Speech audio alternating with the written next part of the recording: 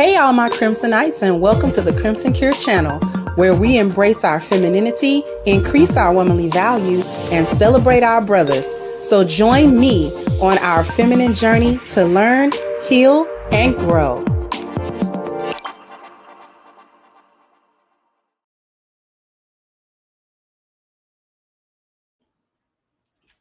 Hey there, everybody. How we doing?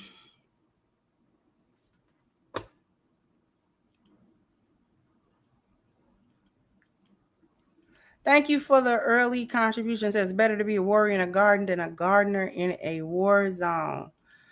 And thank you, Ty Boxer says, so now Obama is openly promoting Project Runway. Black folk have been bamboozled. Just said he been openly doing it. He's been openly doing it.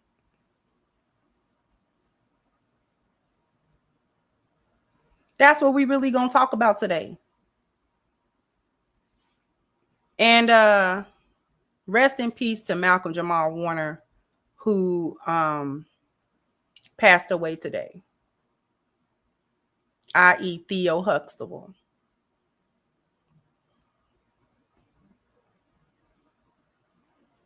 We're going to talk about not only his statement,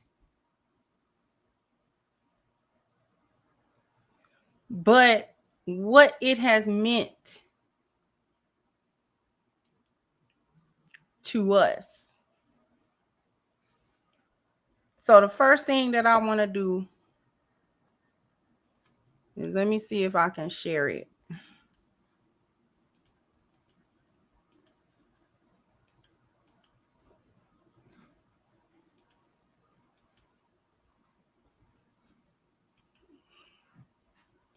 Back it up just a tad bit.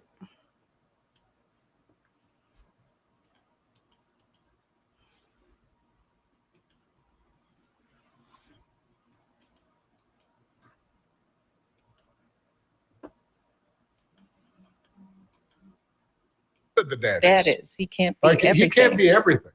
And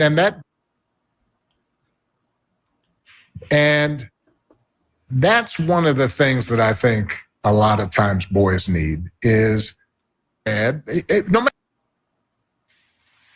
not just looking at one particular.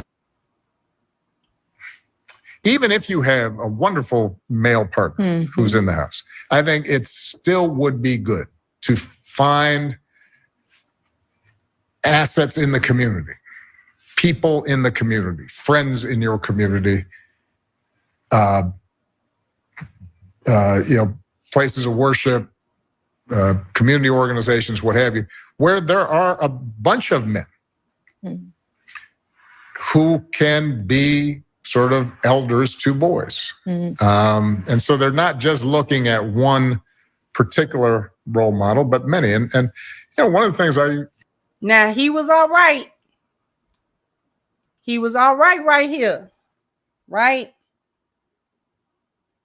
He was all right here. Just saying, right, what he just said, that was all right. Had he just left it at that, we would have been all right. We would have been okay. It wouldn't have been a controversial statement. Okay, have lots of male role models for the boys growing up in the community. Different men that they can learn from. Different, good men that they can get positive influence from, learn this or that from different men in the community, men in your family, things of that nature. That we was all right. Then he gonna start losing me.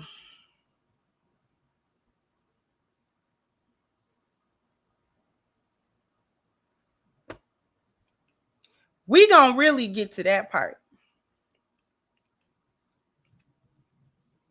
Right. If you want to say it take a village, okay. It do take a village. If we're gonna be a village, that's what a village is. Like-minded individuals coming together, holding each other accountable, making sure that the next generation is better off than the previous generation, so forth, so on. Making sure values are passed down, making sure all of this stuff is going on. Okay, boom, boom. I'm with you on that.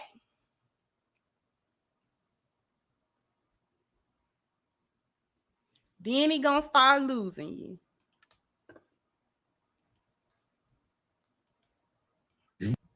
When Michelle and I first started dating and I'd go over to your guys' house, one of the things I loved was just,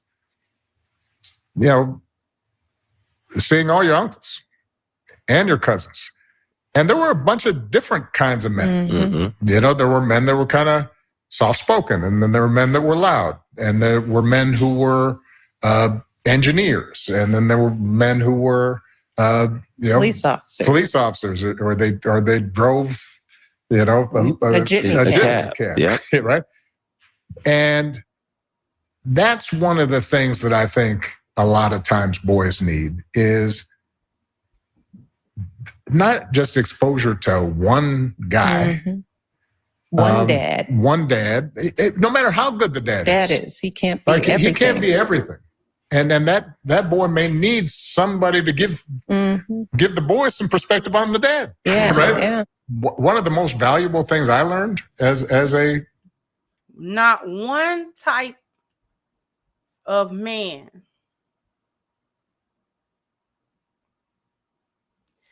which is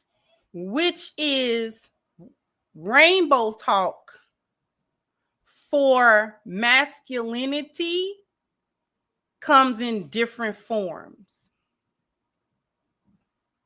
Why is it rainbow talk, Crimson?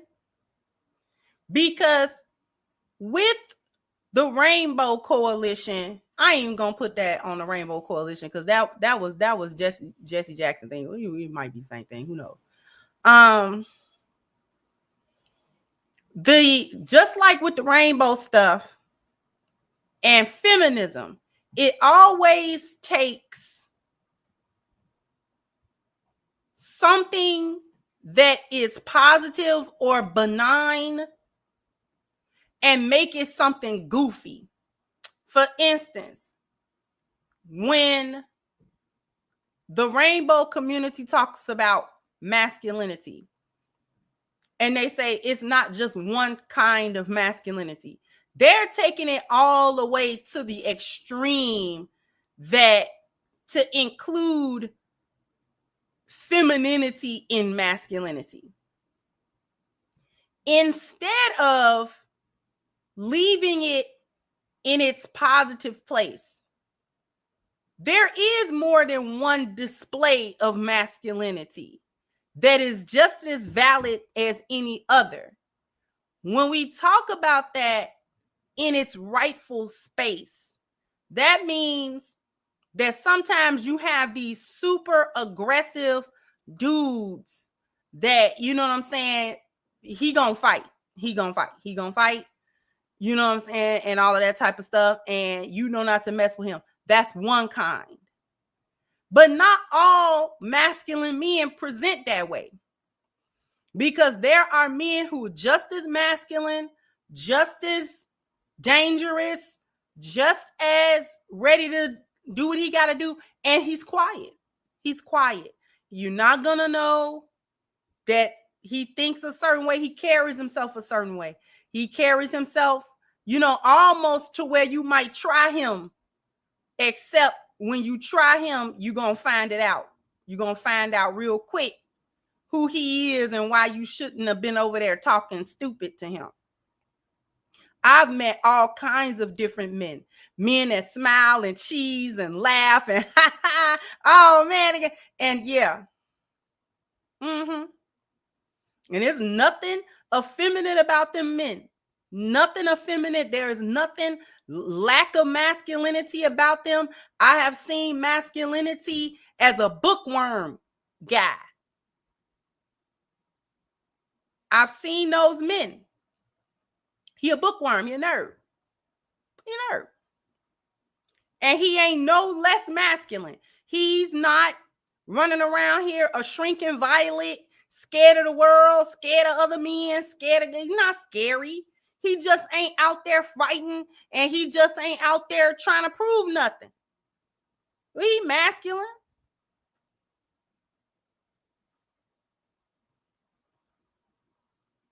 This is why I don't buy into only the Pookies and the Ray Rays is masculine and the good guys is not really I don't buy into that. I've never bought into that because that has never been the reality of the men that I witnessed. That's never been the reality of that. Every dude that's on the block ain't about that. For real. It's a lot of tuck your tail in between your legs dudes that if you don't know him, you think he really, you know what I'm saying? You know what I'm saying? But when you get him around other dudes, he be real quiet. He be real, you know what I'm saying? Hey, you know, it's all right, man. He be real because the other ones really like that.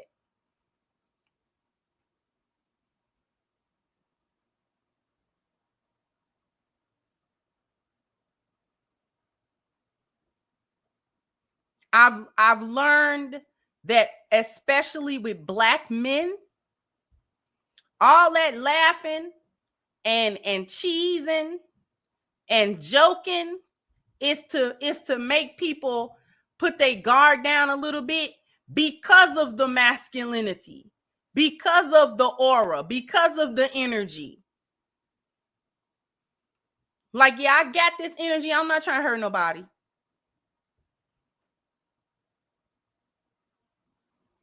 I'm not here to hurt nobody.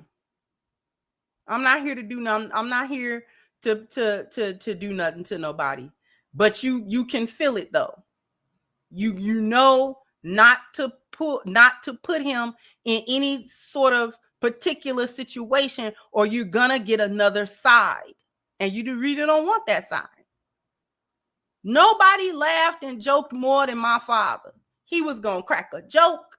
He was gonna laugh. But you better not. You want to keep him in that space, actually. You want to keep him in that lighthearted space.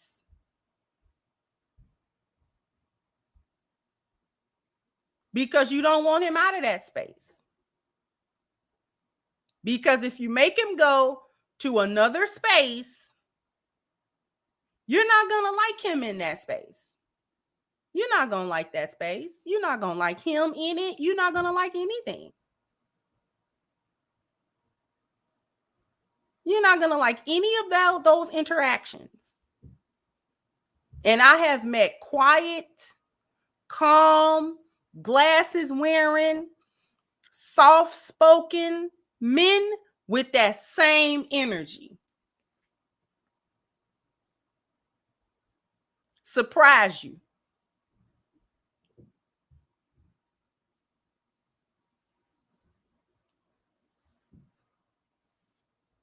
So that is the healthy way to say that there are different, presentations of masculinity. There's not one specific presentation for masculinity. So men who have different personalities, like masculinity in its true form, allows men to have different personality traits. Everybody's not super outspoken. Everybody's not ready to get down and start fighting. Everybody is not, you know what I mean? Like, it's different. They have different personalities. The masculinity was the same. They were still going to take care of their families. They were still protectors. They were still good problem solvers. They were men. They were men.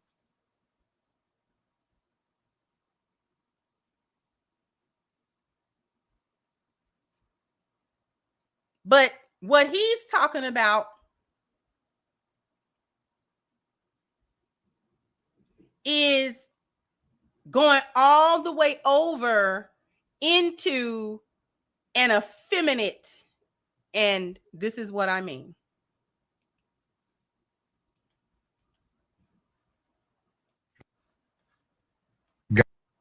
Guy was, I had a gay professor in college. at a time when openly gay folks still weren't outlawed, who became one of my favorite professors and was a great guy and would call me out when I started saying stuff that was ignorant. You need that to show empathy and kindness. And by the way, you need that person in your friend group so that if you then have a boy who's gay or non-binary or what have you, they have somebody that they can go, okay, I'm not alone in this. Yeah. Right. So that I think is creating that community. I know it's corny, but that's what they need. And we talk a lot about what we had with our mother and father, right?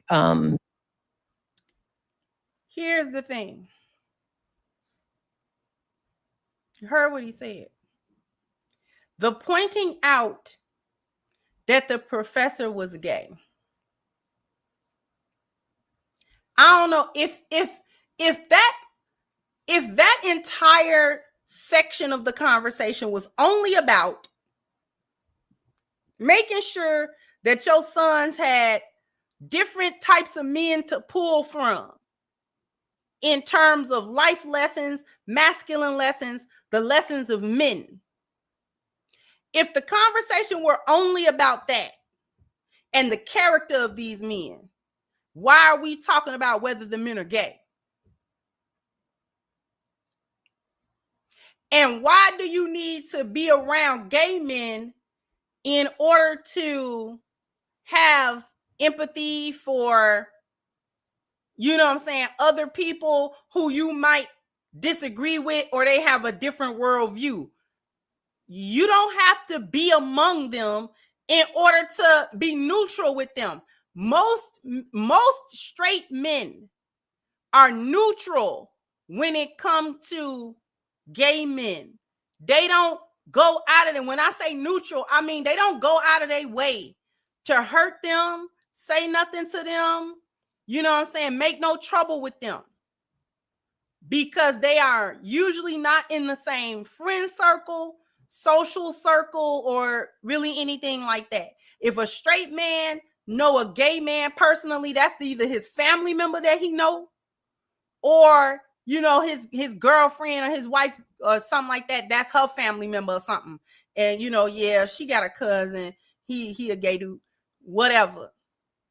But straight men don't invite gay men into their friend circle, their social circle, because their social circle is too different. And straight men don't want to be associated with being gay if he's not gay. He don't want to be associated with it. Okay? And by definition, gay men are attracted to men.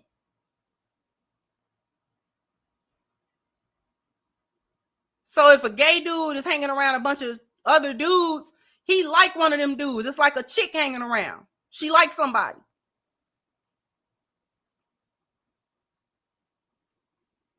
So straight male social circles do not include gay men. Now, if he happened to be your coworker, that ain't got nothing to do with you. The company hired him. That what that got to do with you? Nothing. This is why I say most straight men are rather neutral when it comes to gay men, because they don't go out of their way to interact with them. They don't go out of their way to hurt them. It's neither negative nor positive. You over there, I'm over here. Okay?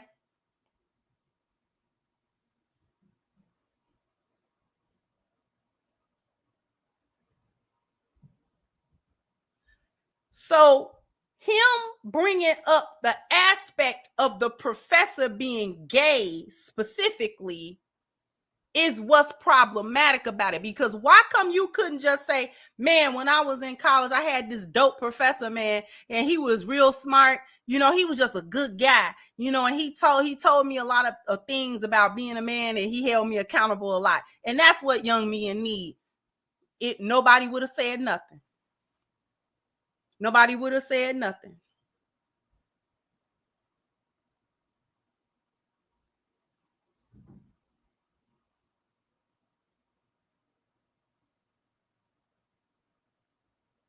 But instead, he specifically pointed out the sexual orientation of this professor that he's referring to.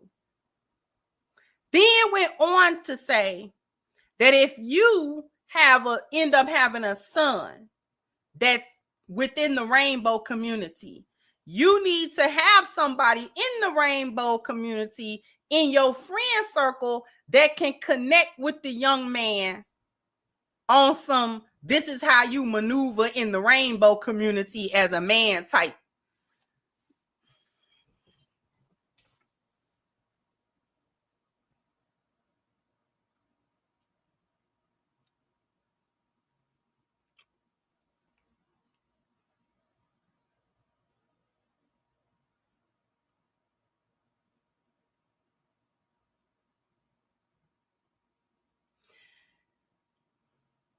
When are Black people going to wake up with this stuff?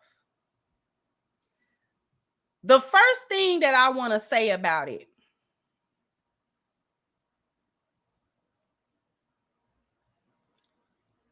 is that this should not surprise anyone.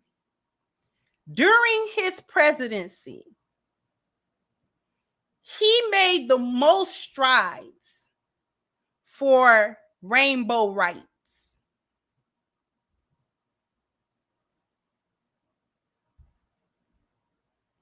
Striving for the legitimacy of their marriages and the legitimacy, different laws, what have you, that would advance the rights of the rainbow community. He been doing that.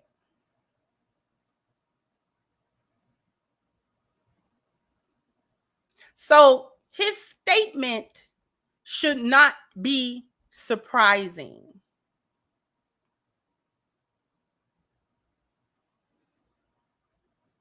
He been doing this to the point where at one point that was one of the slanders against him. He was the first rainbow president because of all of the different laws and things that was realized in favor of the rainbow community under his administration.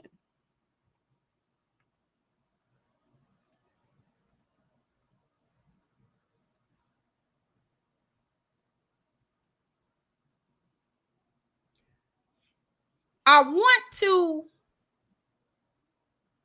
talk about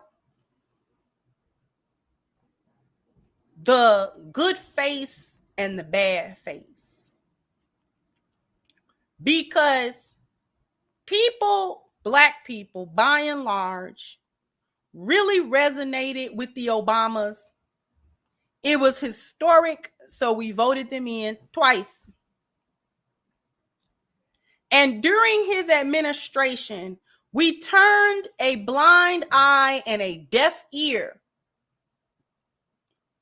to the fact that Black president and all, he was not in office to advance the rights or make life in this country any easier for Black people through law. Okay? He was not advocating for Black people in any positive way. He wasn't advocating for the Black community. He wasn't advocating for Black families. He wasn't advocating. He tried to have that one little thing for Black boys, and then the feminists shot that down, and then that was it.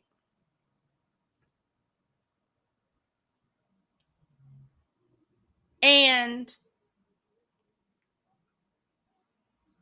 I want Black people to think back how much we celebrated the Obamas and how much he played on our sentiments as Black people and his personality as a Black man. You know, he had Chicago swag. Let's just call it what it was, right? He had a little Chicago swag in him.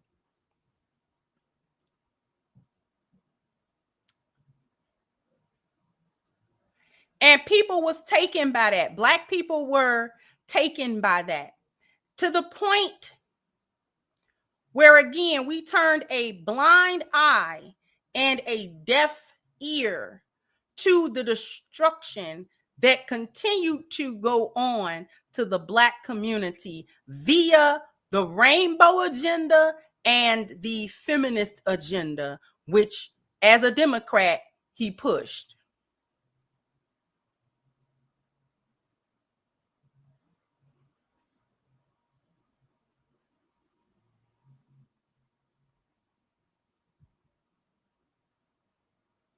And to this day, you got a lot of Black people that still will defend him and say that's still my president and all of that without looking at any facts.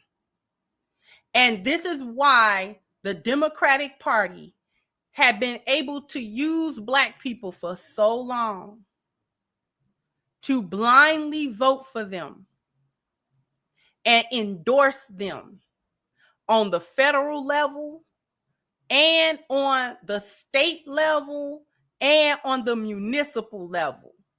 In all levels of government, Black people uniformly and unilaterally always chose whoever the Democratic Party was. Whoever was the Democratic candidate, Black people automatically figured that they needed to vote for whoever the Democrat was over whoever the Republican was, because the Democrats had our best interest in mind, and the Republicans were racist.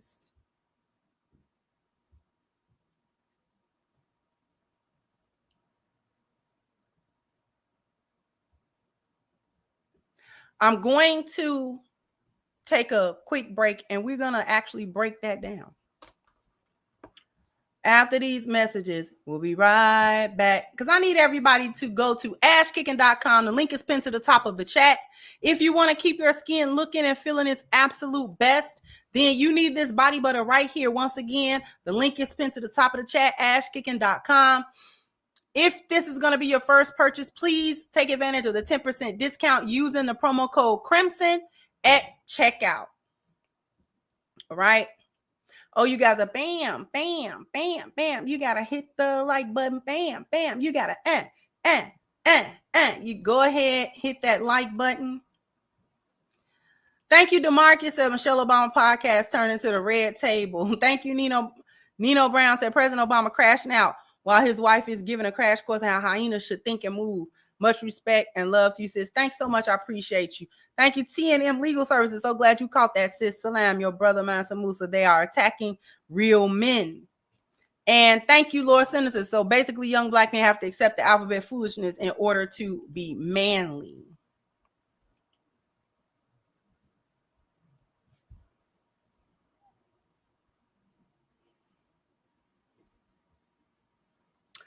Black people always supported Democrats because the Democrats were supposed to be for us and not racist and not supporting white supremacy and not doing things on a legal level, on a systematic level against Black people.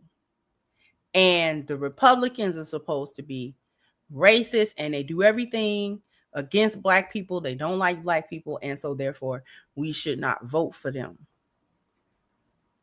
When I told y'all that the agenda that the Democrats liked to push, i.e. feminism and rainbowism, was the knockout punch to the Black family, the knockout blows. Those are the knockouts. knocked us clean out. It did what barefaced white supremacy could not do. It knocked us out more than any Jim Crow, redlining, destruction of our communities, creation of lake towns, lynching, murdering, systematic, any and all forms of systematic suppression. Everything that went on in the civil rights movement, feminism and rainbowism did to us what those things could not. Even down to the 2 drug epidemics they put on us and the 94 crime bill. Couldn't finish us off quite like feminism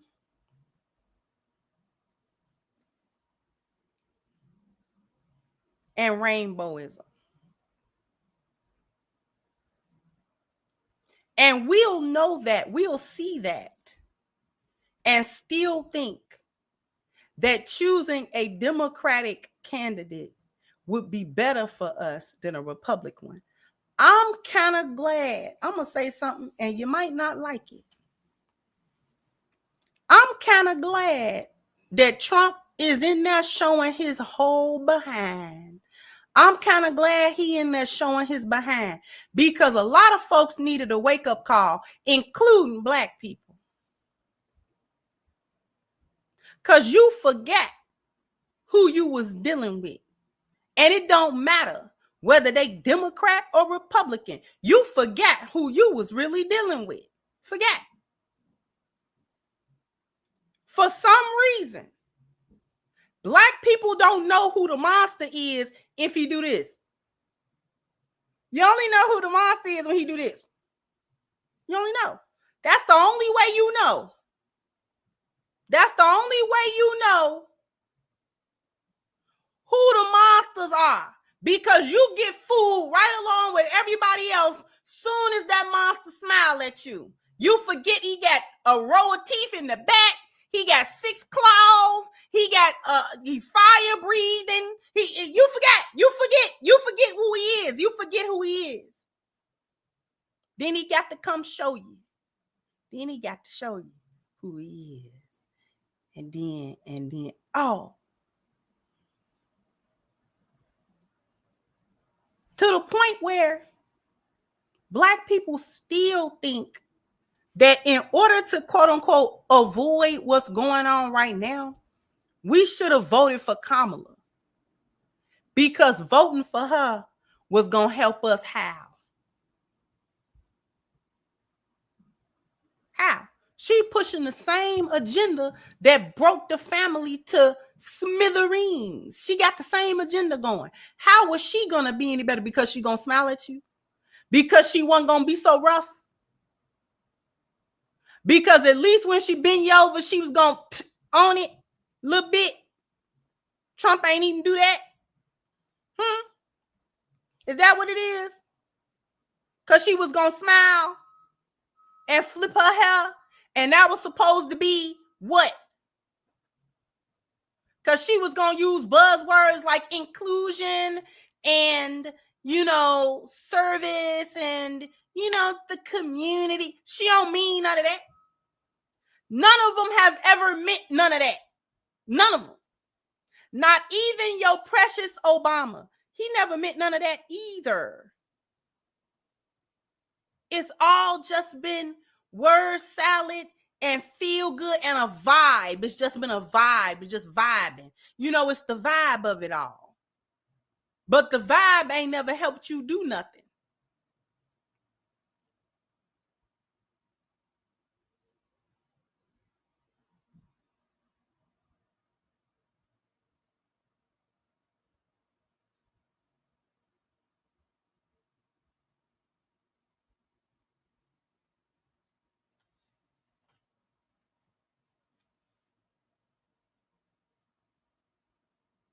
So I'm kind of glad Trump doing what he want to do up in there. He acting a fool.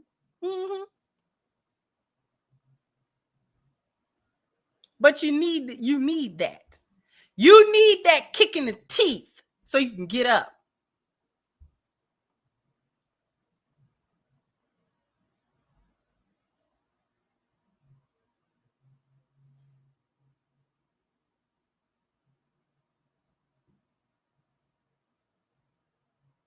I'm tired of us falling for the okie doke because somebody cheese at us or they talk nice to us. The talking nice to us, that don't help us. That don't help us. Why is talking nice to us the thing to do? Why? Why do we just accept that? As long as, you know, things go to we want to go to hell just slow. Don't just throw us, you know, put us in a little ride, play some music, and give us a little drinky drink while we go to hell in a handbasket.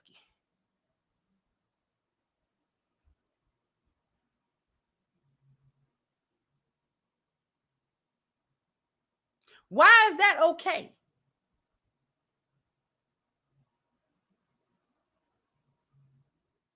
And this is what people never understood, Mr. Brandon. Either way, you put Kamala in there to do the exact same thing, just where she just gonna smile about it. That's all. She just gonna get up there and talk soft and let everybody know. But she still was gonna do the same stuff. She was gonna do the same stuff. She was gonna keep on laundering that money through Israel. I mean, not Israel, Ukraine. She was gonna keep laundering that money. She was gonna keep doing it.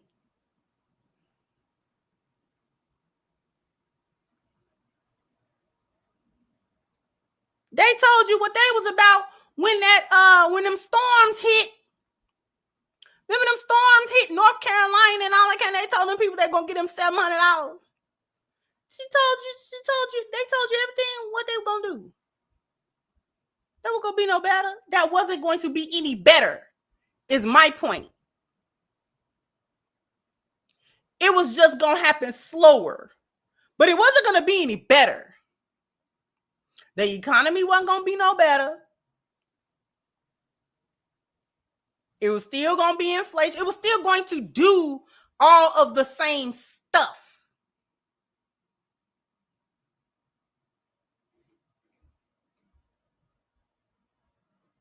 And that would have happened with any two candidates. Any two. Replace Trump with somebody, replace Kamala with somebody. It would have happened with anybody that they put up there. It was gonna do the same thing.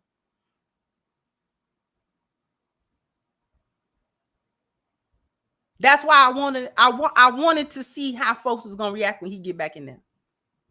Because y'all are too comfortable with the lullaby. Y'all too comfortable. Thinking these people have turned over a new leaf and they want the best. Well, since when?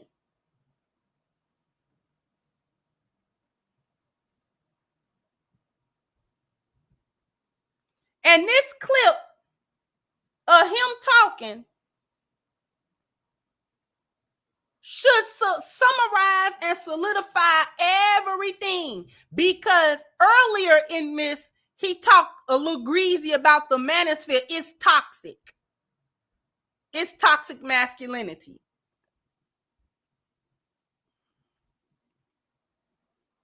But the fact that he was so keen on little boys, specifically black boys, we know he was talking about little black boys,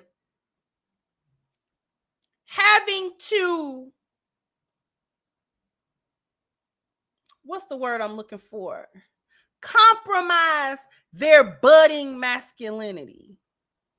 That's why we in trouble right now. Feminism already did that. More than rainbowism did. Feminism did that. Feminism already made the boys effeminate. Feminism already made the boys have to compromise their masculinity and, growing up with it, compromise in their mind.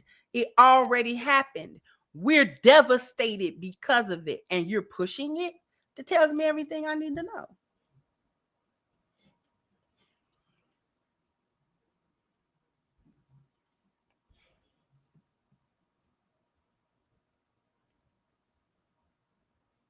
That tells me everything that I need to know. Because why would you continue to push something that already destroyed us and is in the process of continuing to destroy us as a group? Why would that even be anything? But it shouldn't be surprising given what he wanted to say during the election as he wagged his finger at Black men for not voting for Kamala. The Democrats' position is, we didn't come to Black people, is come here and sit down to this dinner and let us discuss things. But what they don't tell you is it's cyanide in every bite, strychnine in every swallow.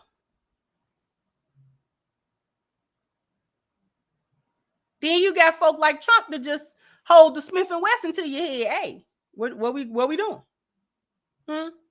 He holds Smith and Wesson. He has to sit down and we gonna talk with this Smith and Wesson on the table. I'd rather that. At least I know what the Smith and Wesson do. I know what you're on. I know what time it is with you.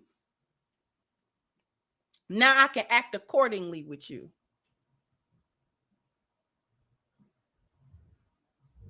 But you sitting down here and give me strychnine every 3 to 5 minutes and all of that kind of stuff as we talking. I'm studying. Well, hold on. Somebody give me a little water. Don't give me that water.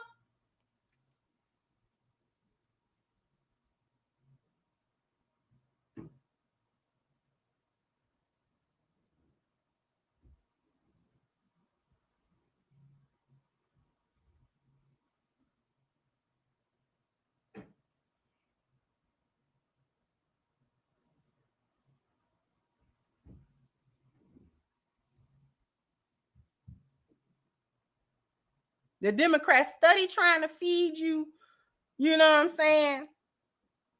Study trying to feed you this, like Medea say, fix a sweet potato pie and feed it to you every 3 hours. Just make sure you eat it. You don't want none? No, I'm full. I just bet you full. And when you don't, and you know they got something up their sleeve, because when you don't want to sit at the table no more, they get mad with you.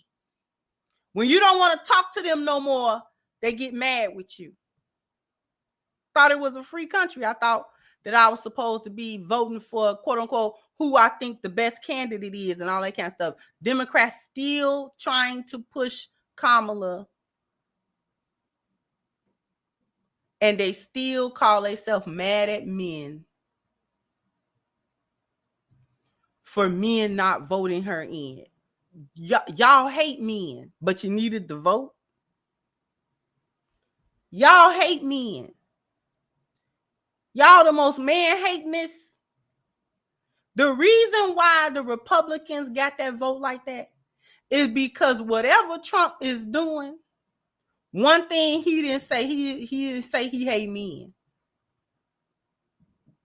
And men was so tired of being hated for no reason just because they men. So they went and voted for the one that said he didn't hate them.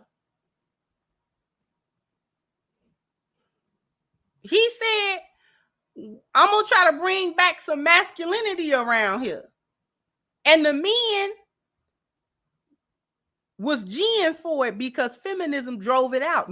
Feminism told them that their masculinity was wrong and that it was bad and that they shouldn't have it. So here comes somebody to say, no, we men. We going to be men and vote for me, and I'm going to make sure.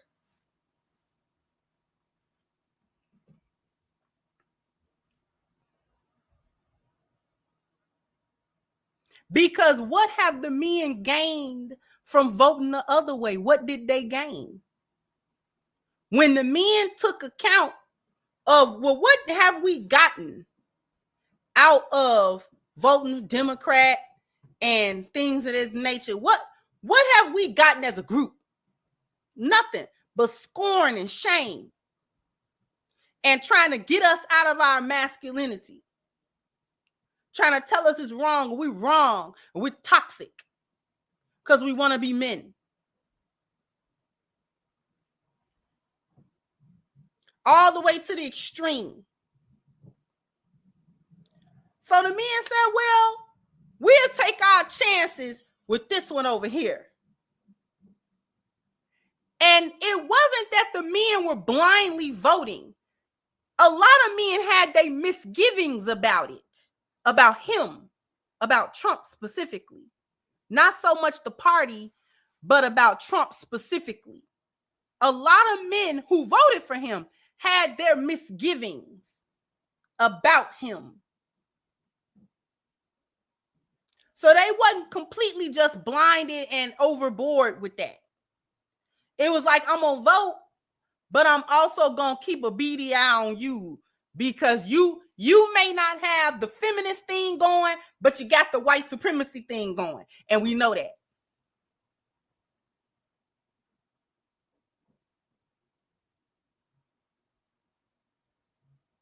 And this was actually, even though I didn't vote at all,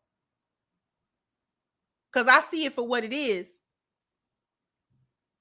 I'd rather deal with that open face white supremacy than deal with the poison of feminism, because we can whoop that. That open face white supremacy, we don't whoop that before. We don't whoop that. We don't whoop that so many times. We don't whoop. They ain't got nothing new. They got the same playbook they've been had. They ain't got nothing new. They're not even doing nothing new right now. It's just that other demographics is finding out about it. Them Hispanics that thought they was white, they finding out about it. They finding out about the white man. That, see, y'all didn't know that about him. Y'all didn't know. Y'all forgot too. Y'all didn't know who they were. And when they be getting on I'm white not say so. Shout out to Tariq. I'm white not say so. When they get on the I'm white not I say so. When they get on that little trip and that little, can't tell me nothing because I'm white. I'm white, I'm white, I'm white, I'm white, I'm white, white. When they get on that, you can't tell them nothing. And they get high and mighty and all that kind of stuff. And we white men. When they get on that, we white men, we done seen that before. We as FBA and ADOS, we done seen that before. We know what he doing. That's why we ain't bothered about it. That's why we kind of got our popcorn a little bit. Because we know what that's about.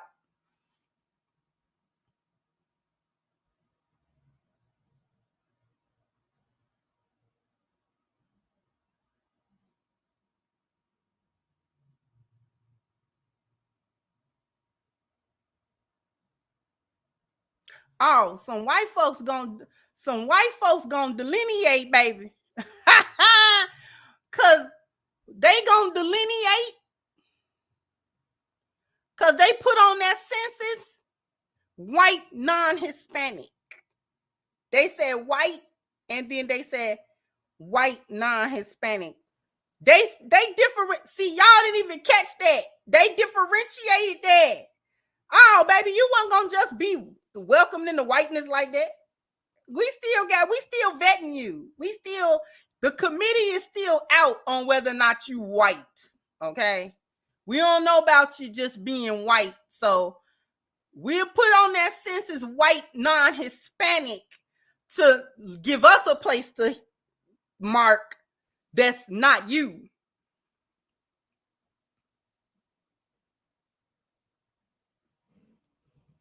Y'all didn't even catch that they did that to y'all. That y'all was on the trial period of whether or not you was gonna be white. That was not a foregone conclusion. You was on the 10-year trial period, you know, and still with the option for them to cancel your subscription to being white. And Trump has canceled it. They voted and they said, nah, you know, white. And they canceling y'all white subscription now.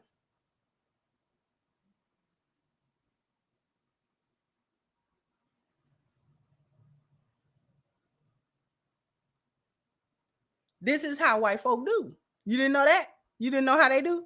You didn't know how they do? That's how they operate. That's how they've been operating.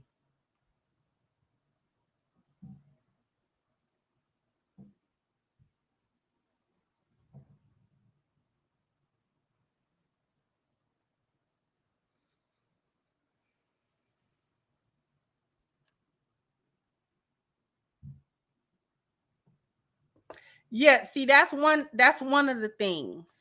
See, the culture more so than the Spanish, because we have to remember that Spain is a European country, so they don't mind the language so much, but the culture was too different. Also, it had too many values in it. Too many values in it.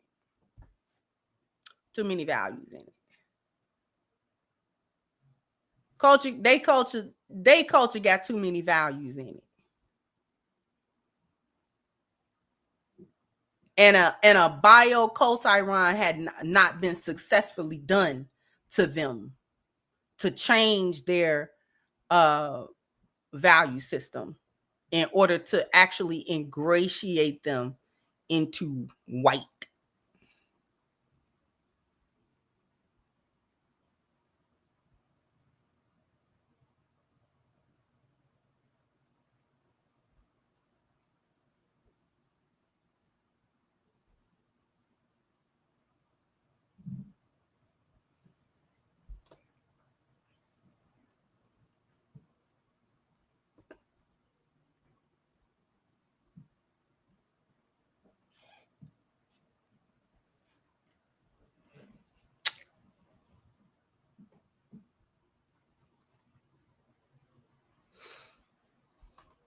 Let me read these super chats.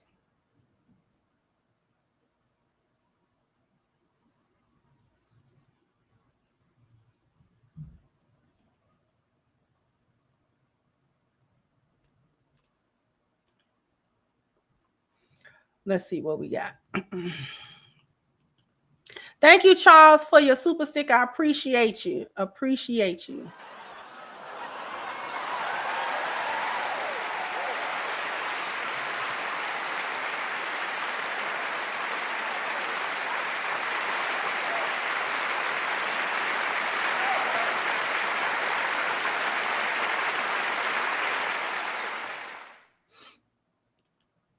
Thank you, Louis. So Obama is a blood African, not a Negro. There's a difference, and he is an enemy of ours. I'm aware of his bloodline, but thank you. Wayne said he used Chicago swag to advance LGBT, Hispanics, Middle Easterners, Asians, and feminism, and to permanently off the Black family, especially Black men. Yeah. Thank you, HVAC said, for example, look at them dudes in the NBA draft. Never seen such a boys look like a bunch of teenagers getting drafted.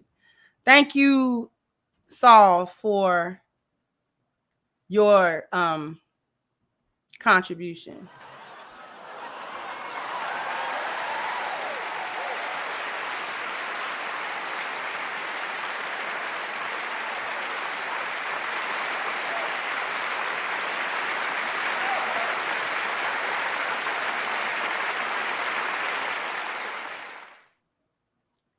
And thank you, Azuri. So you definitely on point. Keep cooking. I appreciate you as well. Thank you so much.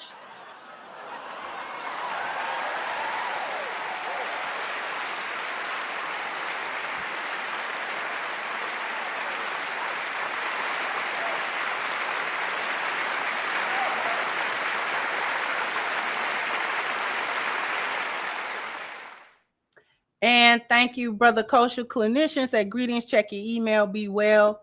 And thank you so much. I appreciate your contribution as well. I appreciate everybody contribution as well.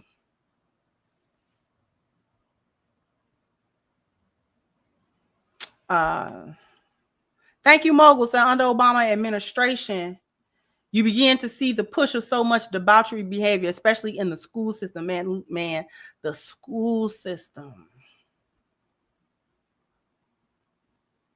The foolishness in the school system, Mogul. Pushing all of that stuff to talk to the little kids about it. Folks still fighting, the books and the little that's aimed at the kindergartners and aimed at the first and second grade, you know what I'm saying, and all that type of stuff. It's like, did that under Black folk nose. And then speaking of the school system, I never understood Black people being mad that critical race theory was not being taught in the school. I never understood us being mad about that. Why would we be mad about that?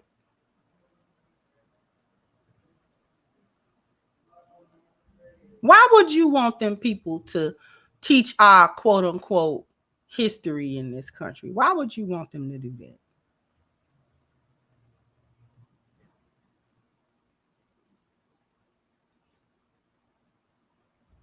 So you trust them to do that truthfully and honestly? What have we learned about letting the enemy educate you? What have we learned about that? Obviously nothing. Thank you everybody for their cash apps as well. Obviously nothing.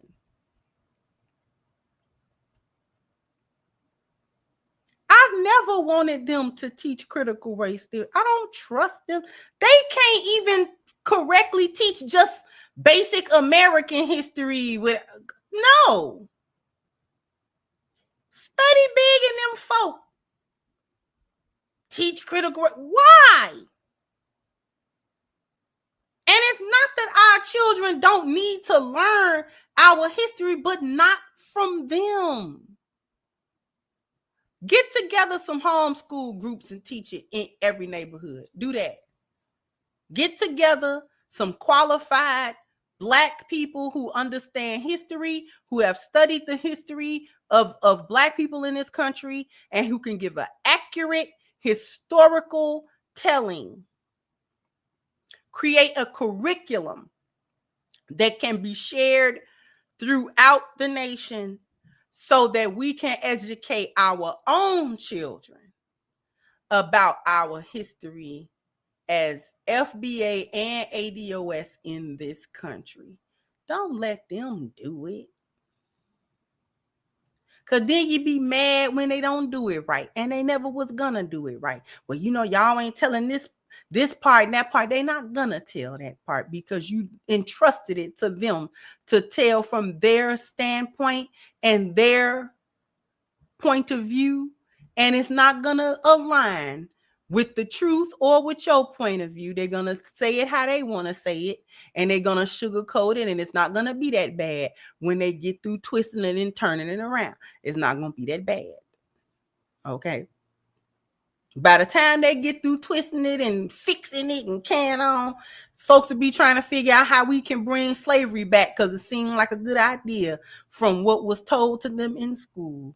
So why would you want somebody to do that? Why would you want this school? So why would you want to entrust this school system with that?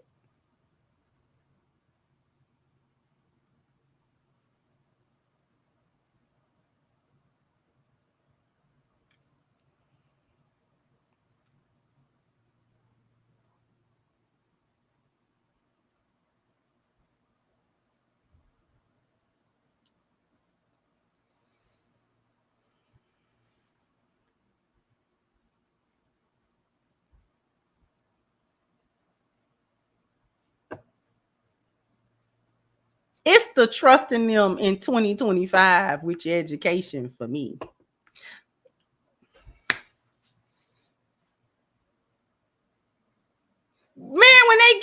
turning that around, this was nothing more than teaching a trade.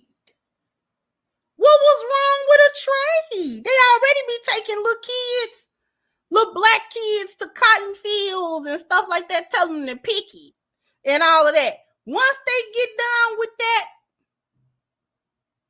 they'll be done turned that around so bad.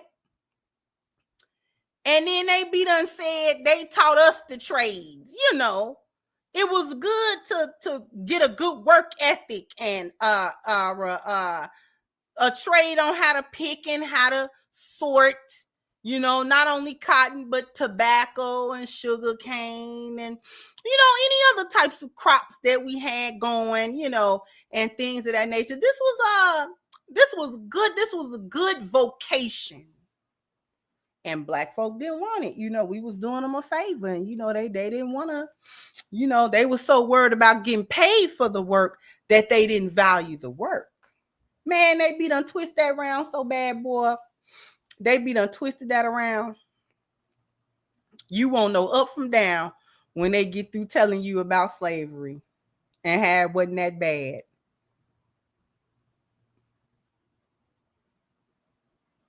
Next thing you know, black folks would have been the villains for undercutting the wealth of the United States of America by basically striking out of because we had good Negroes.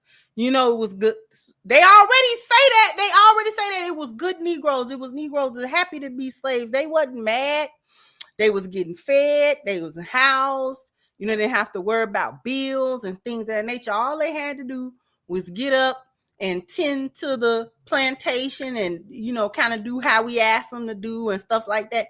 And then they had a good life. If you let them tell it, we had a good life under them.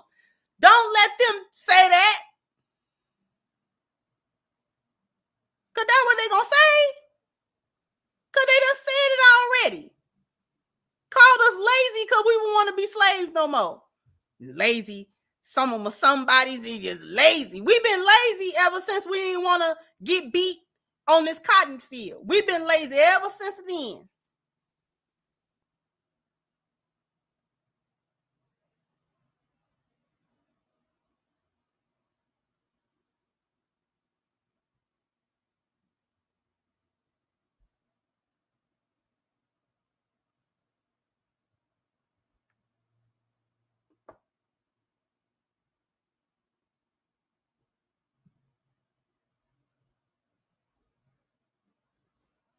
Y'all forget who these people are. And I don't know how. It's hundreds of years of them. Thousands, really, if you count before America. Thousands of years of track record of how they do. They ain't changed the playbook. I don't know why folks think that they changed the playbook so much. They have not.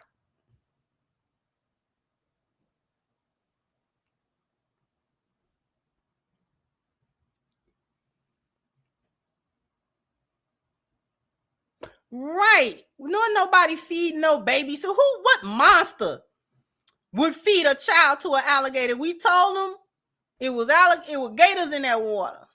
And they would go in there and swim, and we would just be out of sorts getting them children out of there. They're going to sit there and lie. Like they have always done. The birth of a nation lies on black men that have persisted to this day. Lies, all lies and propaganda. We lazy, lies and propaganda.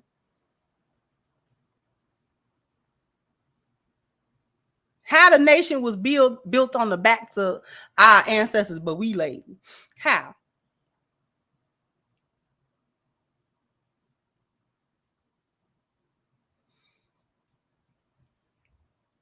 Black men as criminals, lies.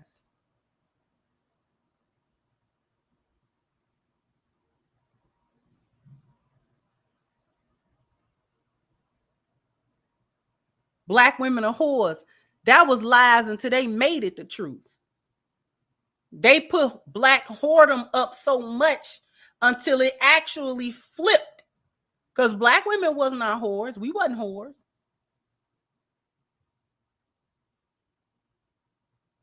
They was calling us whores when we was still dignified.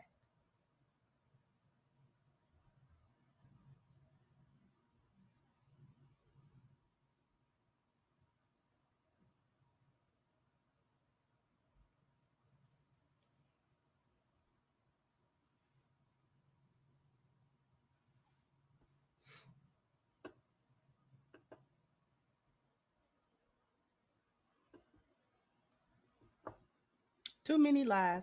Too many lies to sort through.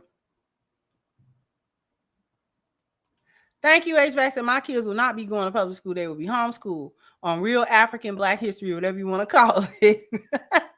Thank you, Castro. Say, come on out, West Side. You know, all skin folk ain't kin folks, sellouts everywhere.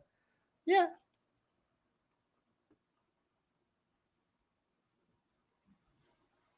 So that's all I wanted to say. This Obama stuff shouldn't even been surprising to y'all. They've been poisoning us and smiling and poisoning.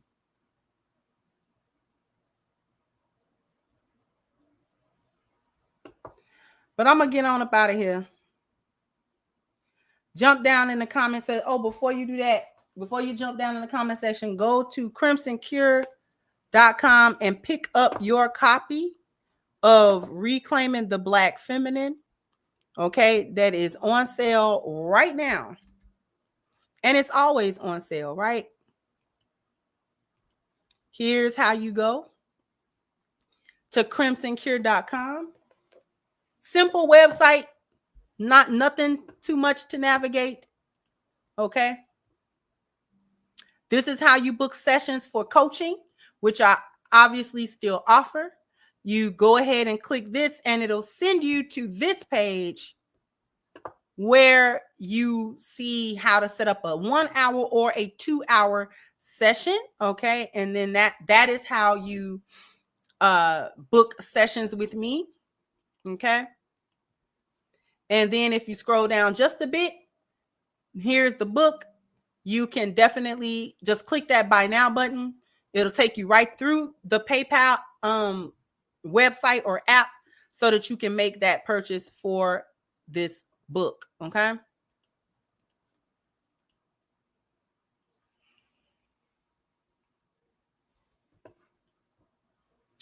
Now, we was being sarcastic,